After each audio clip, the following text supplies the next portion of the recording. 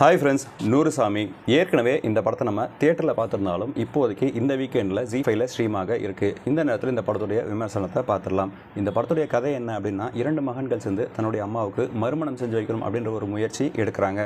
இதனால் அவங்க ஃபேஸ் பண்ண ப்ராப்ளம் என்னென்ன, மறுமணம் செஞ்சு வச்சாங்களா இல்லையா அப்படின்னு சொல்கிறது தான் இந்த படத்துடைய கதை. இந்த படம் ஒரு உண்மை சம்பவத்தை அடிப்படையாக கொண்டு எடுக்கப்பட்டது. இதுவே இந்த படத்தை பார்க்கறதுக்கான ஒரு இன்ட்ரெஸ்டிங்காக நமக்கு கலப்பது அப்படின்ற மாதிரி சொல்லலாம். சொல்லியிருக்கிற விஷயம் சூப்பராக இருந்தாலும் சொன்ன விதத்தில் நமக்கு நிறைய அயற்சிகளை உண்டாக்குற மாதிரியான காட்சி அமைப்புகள் இந்த படத்தில் இருக்குது. இந்த ஸ்டோரிக்குள்ளே நம்மளை கொண்டு வரதுக்கே ஃபர்ஸ்ட் ஹாஃப் ஃபுல்லாகவே எடுத்துக்கிறாங்க. செகண்ட் ஹாஃப்லேருந்து தான் இந்த படம் நம்ம அடுத்தபடி போகுது அப்படின்ற மாதிரி சொல்லலாம். பிச்சைக்காரனுக்கு அப்புறம் சசி, விஜய் ஆண்டனி இவங்களோட காம்பில் இந்த படம் வந்திருந்தாலும் கடைசி 10-15 நிமிஷம் தான் இந்த படத்தில் விஜய் ஆண்டனி வந்துட்டு போகிறாரு. இருந்தாலும் அவர் வந்துட்டு போகிற சீன் சூப்பராகவே ஒர்க் ஆயிருக்கு ஸ்க்ரீனில். பெர்ஃபார்மன்ஸ் பொறுத்த வரைக்கும் சுவாசிகா எல்லாரையும் தூக்கி சாப்பிட்டு இந்த படத்தை தூக்கி நிறுத்திருக்காங்க அப்படின்ற மாதிரி சொல்லலாம். எல்லா சீன்லையும் சின்ன சின்ன நியூவன்சஸ் மூலியமாக ஸ்க்ரீனை நல்லாவே ஹோல்ட் பண்ணியிருந்தாங்க.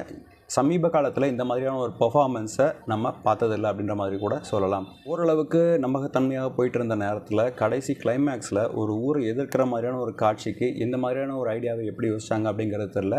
அதுக்கு முந்தின சீனில் கருணாஸ் ஒரு வீட்டுக்கு வருவார். அதுக்கப்புறம் நடக்கிற அந்த மாதிரி ஒரு வெயிட்டான சீனை எடுத்த இயக்குனர் தான் இந்த ஐடியாவுக்கு ஒத்துக்கிட்டாரா அப்படிங்கிறதே ஒரு டவுட்டாக இருந்துச்சு. இருந்தாலும் உண்மை சம்பவத்தை ரிலேட் பண்ணி எடுத்திருக்காங்க. ஸோ அப்படி நடந்திருக்கிறதுக்கும் வாய்ப்பு இருக்குது அப்படின்ற மாதிரி எடுத்துக்கலாம். ஓரளவுக்கு போர் அடிக்காத இந்த படத்தை நீங்கள் ஜி5ல பார்த்து உங்களோட கமெண்ட்ஸை தெரிவிங்க.